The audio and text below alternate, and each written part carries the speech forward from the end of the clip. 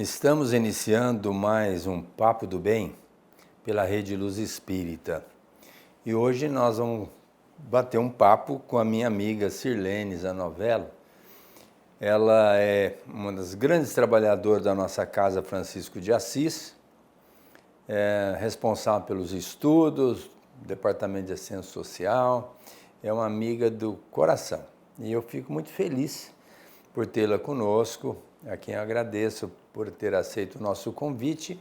E nós vamos agora, Sirlene, falar sobre a valorização da vida. O que você tem para nos trazer dentro desse assunto? Quando eu fui convidada, eu fiquei pensando no tema.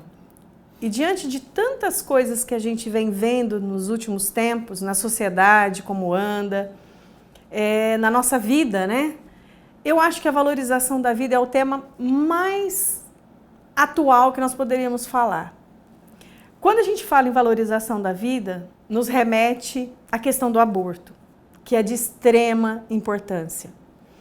Eu acho que é um assunto de utilidade pública, de saúde, mas principalmente espiritual. Quem é espírita sabe da gravidade do aborto e quem não é, que tome consciência que o aborto é um crime absurdo. Porque quando a gente tem uma sementinha lá dentro da barriga, nós temos um espírito ali encaminhado. É uma vida que está ali. E eu sempre comparei o aborto o maior dos crimes. Porque eu imagino assim, se eu te apontar uma arma, você tem a oportunidade de sair correndo. Você tem a oportunidade de me agredir e se defender. Mas o aborto não. É uma vida indefesa, lutando ali pela oportunidade de reencarnar, de evoluir. E alguém vai lá e simplesmente tira essa chance. Então eu acho que é o crime mais abominável que a gente pode imaginar é o aborto. E nós, enquanto divulgadores da doutrina, porque essa é a nossa obrigação, nós espíritas, não basta amar, tem que instruir, não é esse o nosso lema? Então nós temos que divulgar. É uma questão polêmica? É, mas é uma bandeira que nós temos que defender. Nós somos extremamente contra o aborto. E nós temos não só, sou contra porque eu sou contra. Não. É conscientizar essas pessoas da importância, do resgate, de todo o envolvimento que é uma vida quando ela se inicia. Há toda uma programação, há toda uma arquitetura no plano espiritual, há toda uma engenharia ali trabalhando para aquele corpinho, aquela genética, o senhor melhor do que ninguém pode explicar isso. E aí vem alguém aqui encarnado e tira essa oportunidade. Muitas vezes por irresponsabilidade, por vaidade, por medo, por insegurança, por falta de família, que a maioria das vezes não tem o apoio da família. Então, se alguém nesse momento está passando por essa questão, tome consciência, o aborto, jamais. Tudo vai se resolver. Alguém vai vir ajuda da família, porque a hora que vem um bebezinho, todo mundo debruça em cima daquela causa. Nós temos um projeto na nossa casa de acolhimento de grávidas, chamado Projeto Doce Espera, que a gente está ali trabalhando, conscientizando essas mães da importância da gravidez, E entre outros projetos na sociedade que tem. Então ninguém vai ficar desamparado, basta deixar que venha. Já que fez a coisa sem pensar, Na hora errada, vamos dizer assim, porque não foi planejado, Então, eu acho uma questão muito importante da gente se discutir no mundo espírita. Lembrando que quando a pessoa está no desespero, parece que tem um bloqueio e ela já não pensa em mais nada, como é o suicídio também. A pessoa ela quer evadir-se da problemática, pouco importa o que vai acontecer depois. Ela quer evadir-se da problemática. Não é que ela queira morrer, ela quer sair. Então ela pensa no suicídio como solução. O aborto é a mesma coisa. A pessoa se vê grávida, às vezes não tem um respaldo da família, não tem respaldo do parceiro, porque aí o tal negócio, sexo não faz sozinho para gerar nenê, né? Tem que ser em duplicidade. Então, tem aquela criatura que não quer assumir, apenas quer praticar o sexo, mas na hora de assumir, ele não quer. E a pessoa, no desespero, quer evadir-se daquela problemática. Não é nem do nenê em si, ela quer sair daquela problemática e vai buscar o aborto. Então, por isso é que a gente precisa estar sempre esclarecendo as criaturas, principalmente nossos filhos, muito cedo, conversar com eles sobre a importância do sexo. O sexo é maravilhoso, é biológico, é como se comesse arroz com feijão. Sexo faz parte da nossa vida. Agora, tem responsabilidade, então é necessário que os pais conversem com os filhos e mostrem para eles que sexo tem tempo para se executar e tem a responsabilidade por conta da execução. Então, ao invés de deixar os filhos praticar o sexo sem essa responsabilidade, precisa conscientizá-los disso. E quando acontecer a gravidez, a família precisa amparar aquelas criaturas para que o nenê tenha seu espaço. E eu posso assegurar para vocês, viu, Sirlene? Eu nunca vi uma pessoa arrepender de ter deixado o nenê. Agora, já vi muitas criaturas se arrepender por ter tirado o nenê. Então, o aborto não tem espaço mais. É melhor ficar com o nenê.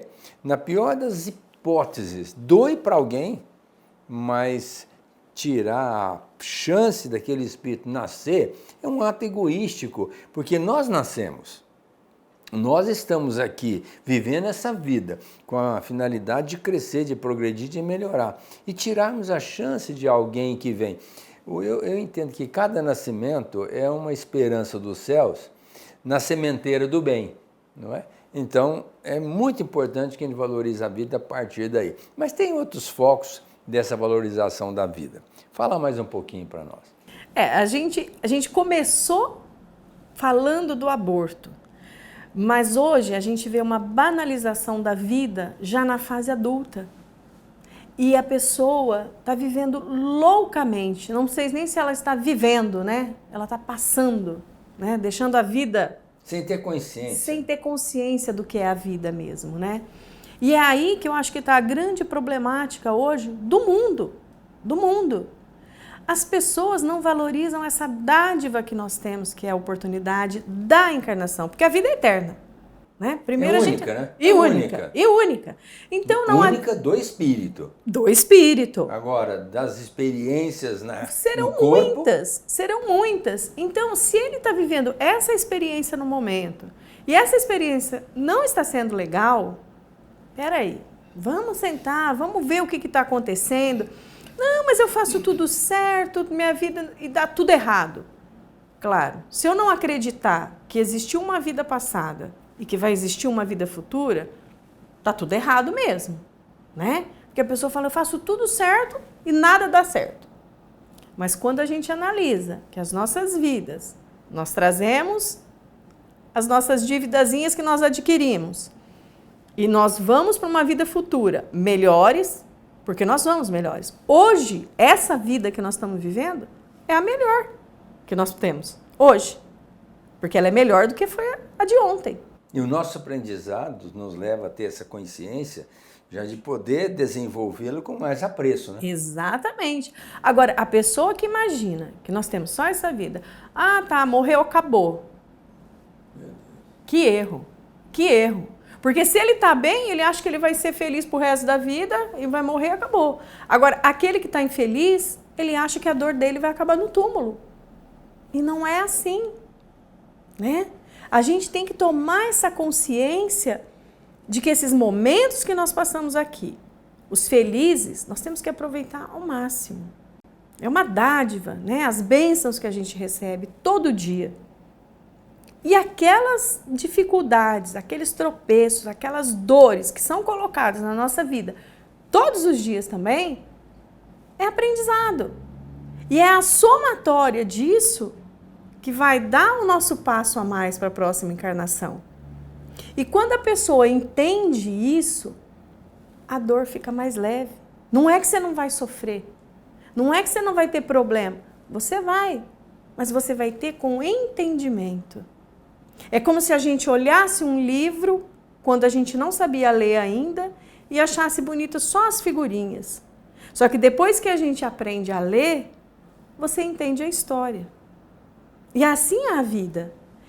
Quando você passa a entender a importância de estar aqui, que você não está aqui a passeio, que você não é melhor que ninguém, que você não é pior que ninguém, que não existe o mal e o bonzinho. Nós somos criados todos iguais. Deus nos criou simples e ignorante. Aí, cada um tomou seu caminhozinho. Um aprendeu mais, outro aprendeu menos, um escolheu a estradinha tortuosa, o outro a estradinha mais reta, mas tudo é aprendizado. E as chances que nós estamos tendo é na nossa vivência. Agora, o que assusta, as pessoas, não sei se é por falta de amor, se é por falta de ter um alicerce familiar, que muitas vezes quando a gente conversa com pessoas que estão extremamente equivocadas com a vida, desistindo de viver, elas não tiveram amor. Elas não tiveram a base. A maioria das pessoas que a gente conversa não tiveram isso. Aquela coisa assim, de você ter teu filho pequeno e ele tá tristinho.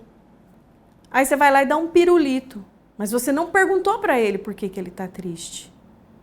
Ah, vamos pro shopping espairecer. Mas você não perguntou para ele por que ele tá emburradinho. E vai passando. Aí ele se torna um adolescente introspectivo, fechado, triste. E o pai e a mãe tá lá assistindo tudo. Correndo atrás das coisas que imaginam ser importantes para os filhos. Porque é isso que nós fazemos. Nós trabalhamos demais para dar a melhor escola, para fazer o filho falar 2, 3 línguas, para que ele tenha o melhor tênis, a melhor roupa, para estar nivelado com a sociedade. Só que nós não sentamos para saber realmente quais são as necessidades verdadeiras dele. E aí, quando você olha para aquele ser e não reconhece mais, você fala, mas eu fiz de tudo para essa pessoa. Por que está desse jeito? Ele tem tudo. Por que está triste? O Rossandro, no último seminário que eu fui, ele disse o seguinte, que ele atendeu um pai na pandemia, que ele falou assim, eu descobri que eu tinha um filho faz 14 anos. Eu descobri agora que eu tinha um filho. Porque ele não via o filho. Não via. E aí ele se viu totalmente doido dentro de casa com um adolescente de 14 anos. Ele não sabia lidar com aquela criatura. Imagina como era esse menino. A dor que esse menino tinha dentro dele. E daí vem toda essa problemática que nós estamos tendo. Cada vez mais cedo, né? Pessoas desistindo de viver. Porque é muito triste a gente ver jovens de 19, 20, 30 anos desistindo da vida. Cometendo suicídio. Desistindo das coisas mais... Aí você vai conversar. Mas por quê? Não, porque eu tenho uma tristeza e tal. As pessoas acham que aquilo não vai ter solução. Quando a gente sabe que tem. Sirlene, ontem eu tive uma experiência muito agradável no Francisco de Assis. Quando eu ia saindo, uma criancinha veio ali para me abraçar. E aí a mãe disse assim, doutor, vou contar uma história para o senhor. Eu falei, não, que legal. Nós começamos a campanha Alta de Souza agora, aqui no Francisco de Assis. Sabe quem que foi conosco? E eu falei assim, quem? Essa criatura, 3 para 4 anos. E aí eu perguntei para esse filho, né? Ela me dizendo, meu filho, e agora, o que você vai fazer com essas coisas que você ganhou? Aí ele disse, mamãe, eu vou dar para as criancinhas pobres. Então, veja, a grande problemática hoje é a criatura pensar apenas em si. Quando os espíritos perguntaram qual a maior virtude para Kardec, quando Kardec perguntou para os espíritos qual a maior virtude, se seria humildade, os espíritos disseram que sim. Mas tinha uma outra virtude que não perdia para a humildade, que era o desinteresse pessoal. E hoje o que está acontecendo? Dificilmente a pessoa está preocupada com as outras, querendo fazer alguma coisa pelas outras. Ela pensa em si. E quando a gente começa a pensar apenas em si, quando nós pensamos em nós, o que vai acontecer? Sempre tem uma lacuna que nós não vamos preencher. Porque o Pascal, um pensador da antiguidade, ele falava que nós temos um vazio dentro de nós, que só tem uma cunha para preencher, que chama Deus. Então, como esse moço que demorou para perceber o filho com 14 anos, será que ele levou essa criança para uma casa religiosa qualquer? Todas as religiões são importantes. Para ensinar esse menino o que é a vida, o que significa Deus em nós, trabalhando a nossa personalidade, a ajuda que a gente tem do nosso, numa linguagem, vamos dizer assim, católica, o anjo da guarda, na nossa linguagem espírita, um espírito protetor, na outra linguagem de outras casas, o Espírito Santo. Mas, de qualquer forma, nós não estamos sozinhos, nós somos conduzidos pela espiritualidade e, diga-se de passar, mais do que a gente imagina, eles nos comandam. Agora, esse vínculo que nós devemos fazer com essas entidades, para nós termos esse apoio, é através da oração. Será que os pais ensinam as crianças a orar? Porque antigamente era assim, a gente ia para o catecismo na Igreja Católica, por onde eu comecei, e lá tinha que orar, vamos dizer assim, quase que uma recitação, né? A gente recitar as orações, né? Mas a gente aprendia aquela oração e depois até fazia em casa. Hoje, dificilmente um pai senta com uma criança, antes dela dormir principalmente, assim, vamos orar. Ensinar a criança a orar, para ter essa fé, essa certeza de que nós não estamos sozinhos. Agora, depois vem a problemática e os pais ficam questionando, meu Deus, o que eu faço agora? Bom, agora, aí já é mais complicado. Não seria melhor desde no começo, muito cedo, e olhando essa criança e já ir moldando essa criança para a essência da vida? Eu sempre achei que o caminho era esse, né? Desde que eu entrei na doutrina e também vendo o catolicismo, e você falando, me remeteu até a professora do catecismo, né? A gente tinha que aprender todas as orações. E na minha casa, era uma casa muito pequena e que se ouvia de um quarto para o outro, né? E à noite, minha mãe falava, hora de rezar. E tinha que rezar em voz alta para ela ouvir que a gente estava rezando realmente, né? E isso é maravilhoso, é maravilhoso. Então, mas só que dá trabalho, né? Você chamar uma criança, senta aqui agora, vamos, né? Mas quando a gente olha aqui para a nossa casa, que nós temos uma evangelização aqui maravilhosa.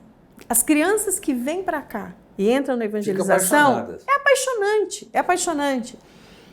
Basta o pai trazer, basta a mãe falar, nós vamos, né? E sempre que a gente atende alguém aqui, eu vim trazer minha filhinha, ela não está dormindo bem, vamos tomar um passe e tal. Aí você pergunta, você traz ela na evangelização?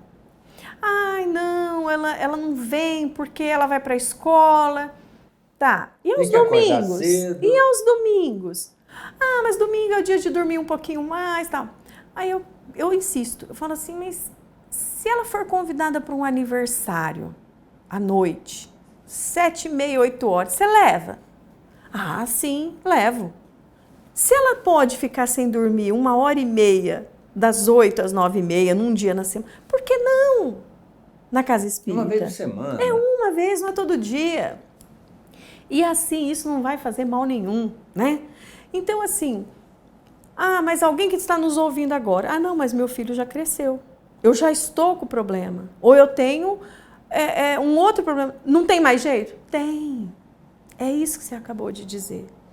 É o que eu sempre digo. Quando você levanta a mãozinha e fala, Deus, eu estou aqui. Eu estou triste. Eu estou com um problema.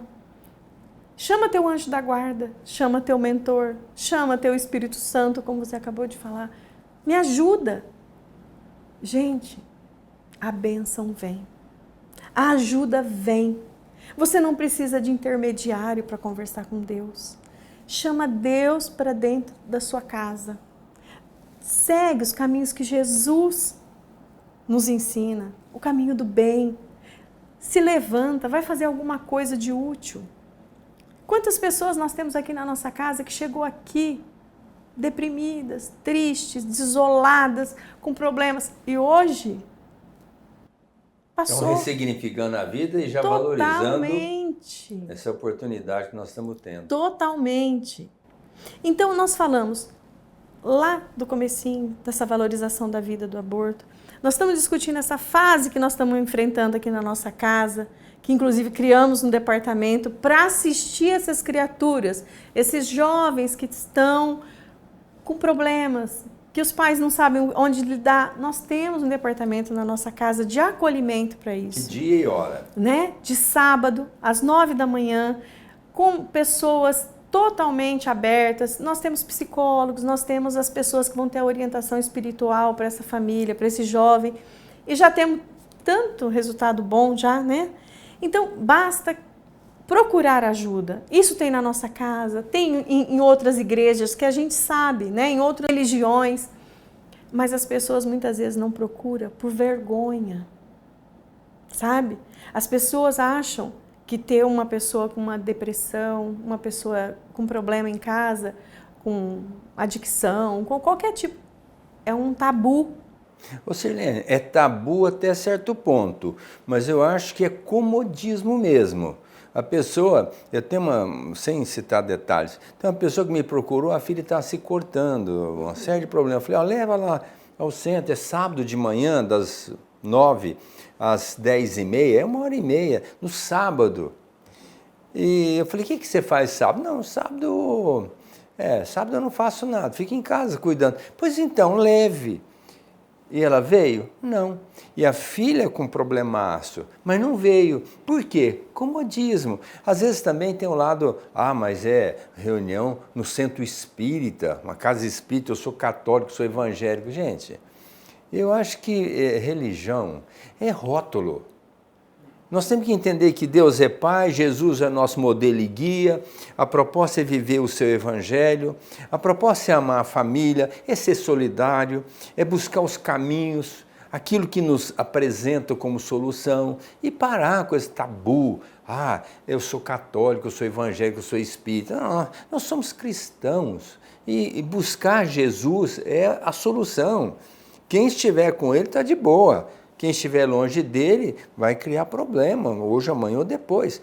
Aliás, eu quero aproveitar, viu, Sirlene, me permite, esses últimos minutos, estudando o livro Sexo e Destino, eu encontrei uma estatística lá muito complicada. Porque quando, dentro da nossa visão espírita, nós programamos a nossa reencarnação. É feita uma análise profunda do nosso pretérito, do nosso passado. E de acordo com a nossa necessidade, nós vamos programar uma existência. Então, ninguém programou para matar alguém, ninguém se programou para se matar, ninguém programou para fazer o mal. Todo programa reencarnatório é com vistas a fazer o bem e melhorar espiritualmente. E a gente vem com essa consciência e chega aqui, tem um esquecimento, aí nós vamos nos haver conosco mesmo e com as possibilidades. Então, quando a gente retorna, tem uma análise daquilo que nós programamos, daquilo que nós fizemos.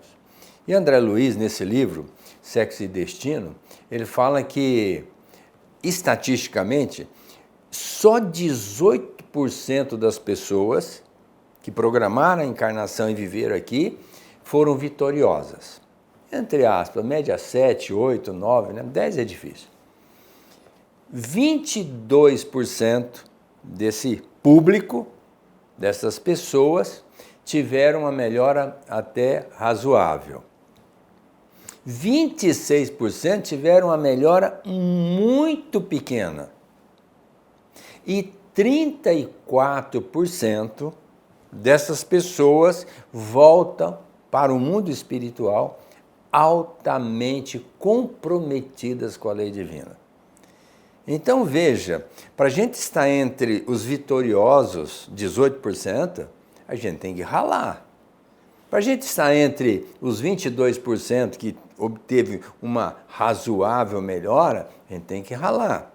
Agora, quem não quer ralar já entra nos 26% de uma melhora insignificante. Ou vai se comprometer fazendo coisas erradas, entrando na faixa dos 34%. Então, sabendo que a vida é para a gente crescer, progredir, melhorar, valorizando-a. Porque se não valorizar e trilhar para um caminho complicado, vai voltar altamente comprometido. Não retrograda espiritualmente, ninguém evolui espiritualmente, mas volta na próxima por não usar bem os talentos, com os talentos retirados, logicamente, com a vida mais agravada. Sirlene, muito obrigado pela sua participação. Eu que agradeço. Foi muito bom. Eu que agradeço. Sempre você fala com muita ênfase, porque você está vivendo em família, cuidando dos seus filhos, está lá cuidando dos nossos jovens, está cuidando dos estudiosos da nossa casa Francisco de Assis e também trabalha lá conosco e eu admiro muito o seu trabalho. Então, quero agradecer imensamente e finalizar o nosso programa. Um grande abraço a todos, convidando-os para quarta-feira que vem estarmos novamente com o nosso Papo do Bem.